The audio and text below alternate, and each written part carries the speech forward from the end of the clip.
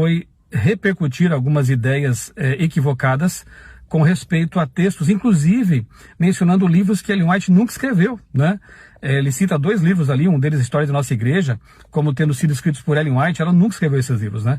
Eu posso afirmar isso porque já leio há 30 anos os livros de Ellen White e digo, né, se eu encontrasse alguma contradição em relação à Bíblia, eu descartaria, eu não mais daria importância a esses livros de Ellen White, alguém que escreveu sobre medicina, sobre nutrição, sobre psicologia, sobre teologia, lá no século XIX, sem ter uma educação formal.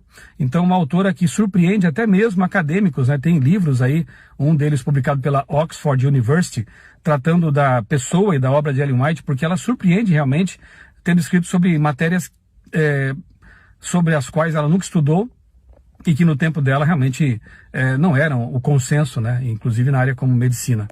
Nossas clínicas, hospitais, escolas são fundamentadas nos escritos dessa autora, né, de Ellen White. Então nós cremos sim que ela foi usada por Deus, cremos que ela tem credenciais, né, proféticas. Curiosamente somos criticados por isso enquanto evangélicos. Eu vou dar aqui um exemplo, né? Não quero entrar na questão política, nada disso, mas nas eleições aí passadas, muitos e muitos evangélicos fizeram suas profetadas, como dizem alguns, né? Anunciando que o candidato concorrente ao presidente atual seria eleito, declararam que ele seria eleito pelo poder de Deus e transformaram quase no Messias, e não aconteceu. E agora? O que fazer com esses pastores que profetaram essas coisas? O que fazer com esses falsos profetas? Eles passam a ser descartados como falsos ou continuam por aí pregando, ensinando, gravando seus vídeos? Pois é. Agora, Ellen White escreveu textos, inclusive alguns proféticos, anunciando coisas que se cumpriram, né? Nunca falharam. Então, é curioso ver que haja tantos profetas por aí que falham e as pessoas não os desconsideram, mas o ataque a Ellen White não para, é uma coisa assim impressionante. Outro livro que Valadão cita de maneira equivocada, Em Defesa da Doutrina. Ellen White nunca escreveu um livro com esse título, então realmente a gente vê que as fontes estavam totalmente equivocadas. Bem, as coisas que ele afirma no Instagram a respeito de Ellen White, inclusive, como eu disse, citando livros que ela nunca escreveu, são, por exemplo, na cruz Jesus não efetuou uma expiação completa. Isso é falso, né? Basta ler o que Ellen White escreveu sobre o sacrifício de Cristo na cruz, que ela chama de completo. Para o pecador, foi completa a obra de Cristo na cruz. E nós, como estudamos, né, a fundo o ritual do santuário, que prefigurava a obra do Messias e o sacrifício de Jesus, enfim, nos ensina muita coisa a respeito do ritual da salvação, do ritual do santuário. O ritual do santuário na terra ensina muita coisa sobre o que acontece no santuário celestial, e é bom ler, por exemplo, Levítico 16, em paralelo com Êxodo 16, em paralelo com Hebreus, por exemplo, o livro de Hebreus. Você vai encontrar muita coisa interessante ali, inclusive a realidade de que há um santuário celestial e de que Jesus é o nosso sacerdote, o sumo sacerdote nesse santuário.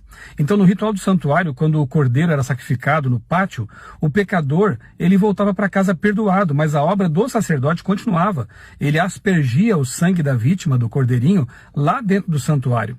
De modo semelhante, quando Cristo morre na cruz, ali no pátio, que é a terra, ele salva os pecadores e o sacrifício foi completo nesse sentido. Mas a obra de Cristo, os pecadores voltaram para casa perdoados e felizes, mas a obra de Cristo permanece, ela continua. Tanto é que a outra afirmação que Valadão faz ali, usando esses textos, é de que Jesus teria se sentido inseguro quanto ao seu sacrifício. Na verdade, o que acontece é que quando o sacerdote entrava no santuário, ele oferecia o sangue. Então Jesus, quando ressuscita, ele até diz para Maria Madalena: não me detenhas, não me segures, porque eu não subi para o Pai ainda. Ele precisava subir ao santuário celestial e ali oferecer o seu sacrifício, né, diante de Deus, para ser aceito devidamente perante Deus. Mas é claro que na cruz ele foi aceito como o Cordeiro de Deus que tira o pecado do mundo. Deus aceitou o sacrifício pela raça humana. Mas, conforme era prefigurado no santuário, Jesus então entra no santuário celestial, não feito por homens, mas pelo próprio Deus, como diz Paulo em Hebreus, e ali ele então apresenta os seus méritos pelos pecadores. E inicia um trabalho essencial, muito importante, um ministério no santuário celestial, em 1844, iniciando uma segunda fase, que nós conhecemos como o juízo investigativo, o juízo pré-advento, outra questão também que desnecessariamente é tornada polêmica, né? Mas enfim, é só estudar Hebreus, estudar Apocalipse, estudar Levítico, estudar algumas partes de Êxodo, para você perceber que esse ministério, ele é muito mais amplo do que algumas pessoas pensam, né? Ele é completo na cruz para a salvação dos pecadores, mas ele prossegue no santuário celestial, tendo em algum momento fim, quando Jesus voltará à terra para buscar os salvos, os que aceitaram o seu sacrifício. Hoje, quando um pecador se arrepende, Jesus, ele aplica sobre essa pessoa seus méritos salvíficos e a pessoa é perdoada. Outra falsa acusação que é feita nesses textos que Valadão compartilhou em seu Instagram é de que Ellen White saberia o dia e a hora da volta de Jesus. Ela conta que teve uma visão, já assim se referindo ao fim da história, ali já está na fase final da perseguição do povo de Deus, e aí eles ouvem do céu a voz de Deus que anuncia o dia e a hora da volta de Jesus, faltando muito pouco tempo para isso acontecer. Acontece que quando ela volta da visão, ela não se recorda dessa informação.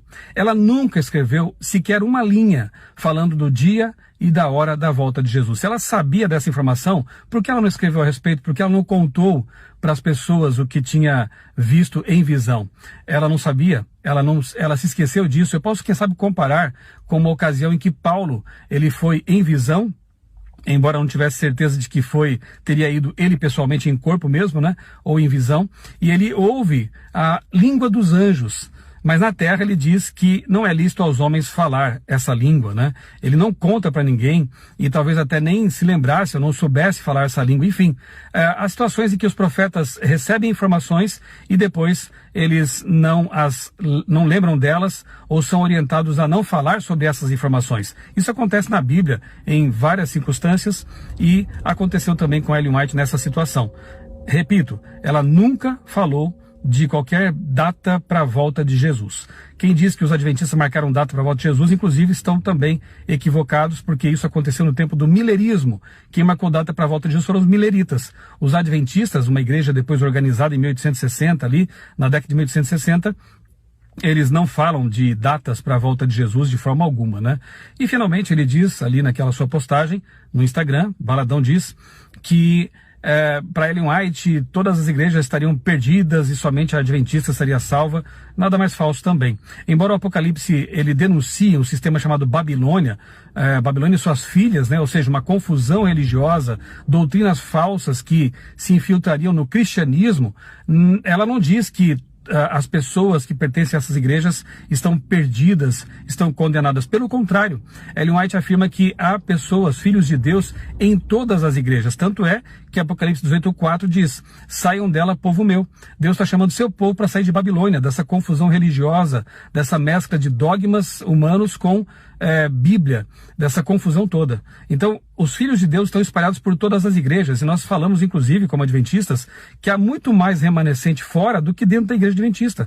Há pessoas de Deus em todos os lugares. Então, o meu apelo aqui ao pastor Valadão e a outros mais que têm acusado a igreja adventista de ser uma seita, de distorcer suas crenças, é que leiam, que conheçam um pouco mais e que, se quiserem criticar, que o façam, mas com base naquilo que é verídico, né? Não com fake news, não com inverdades e falsas acusações, tá bem? Espero que esse pequeno vídeo aqui tenha sido mais uma contribuição a esse debate e que as pessoas possam fundamentar suas crenças e opiniões com base em fatos e não em suposições, em